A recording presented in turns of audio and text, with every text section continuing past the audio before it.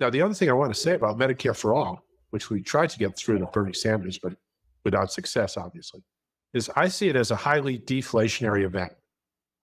So right now I see, I'll just use very, very round numbers, but $3 trillion spent on healthcare. Out of that, $1 trillion in the private sector administration. That's pretty much going to go away if we go Medicare for All. Well, what does that mean if that spending goes away? Well, those were all salaries going to, people who were like digging one hole and filling in another, which is what private sector compared with, well, let's just say they were doing all the administration work. I'm not saying what they were doing wasn't valuable in its context, but the context had no value. But anyway, you had $1 trillion worth of wages and salaries going to people doing administration that aren't going to be there anymore. That's a highly deflationary event. All those people are going to be out of work in the unemployment lines looking for jobs.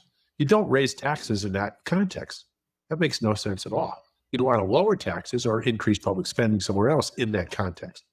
Now, yes, there will be other people spending more money to make up for it. Corporations will have lower healthcare costs, so they may be spending more on something else. People may be getting higher salaries. People will, have lower healthcare costs. There won't be any healthcare premiums if it's Medicare for All, very little. Maybe you get a little bit of Part D or something.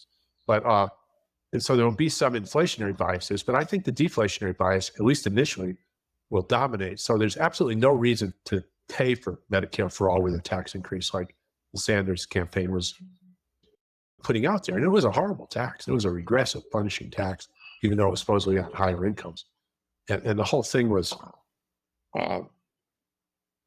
would have been led to, I think, 15 or 20% unemployment.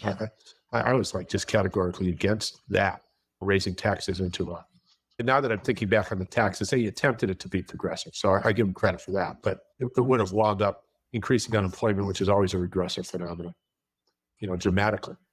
And it didn't have to be. And think of how much stronger the campaign would have been explaining it. Look, this is a deflationary event. You don't raise taxes for that. You don't pay for it that way.